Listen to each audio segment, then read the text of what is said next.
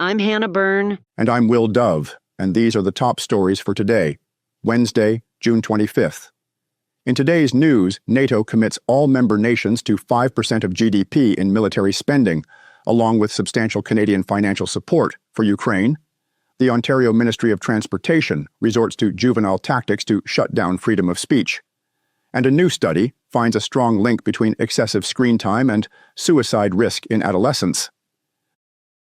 NATO leaders have pledged over $40 billion in additional security assistance to Ukraine for the year ahead, with Europe and Canada specifically highlighted for accelerating their financial support. At the summit in The Hague this week, NATO Secretary General Mark Rutte disclosed updated estimates, revealing that European and Canadian allies originally would have announced $32 billion Canadian dollars for the first quarter. Instead, they will now provide over $56 billion in additional aid, well above initial projections. Rutte described Ukraine's path to NATO as irreversible, emphasizing a clear commitment by allies for Ukraine to stay in the fight.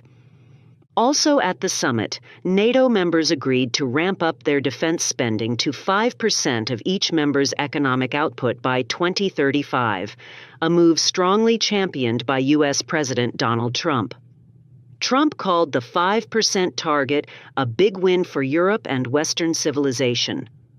The new commitment, reached after months of pressure from the U.S. president, involves at least 3.5% of GDP on core defense expenditure by 2035, with an additional 1.5% possible for security-related investments. The decision comes as NATO collectively faces what leaders describe as profound security challenges, primarily the long-term threat posed by Russia and terrorism. In a joint statement, NATO reaffirmed its ironclad commitment to the principle that an attack on one member constitutes an attack on all. This statement ignores the fact that Ukraine is not a NATO country. The increased defense spending plan was not without controversy. Spain's economy minister Carlos Cuerpo called the 5% target misguided, noting Madrid's struggle to reach 2.1%. Belgium and Slovakia also expressed reservations, but all ultimately endorsed the agreement. Rutte accused Russia of continuing to wage war against Ukraine with support from North Korea, Iran, and Belarus, and noted that Russia has paid Iran for defense supplies, including drones used in attacks on Ukrainian civilians.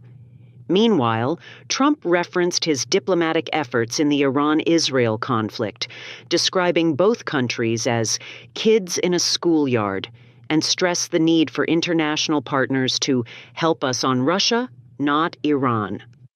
If you saw Will's interview with analyst Tom Luongo, released yesterday, you will understand why Europe wants to go to war with Russia and how the Middle East, as it is today, was engineered by the UK to be inherently unstable.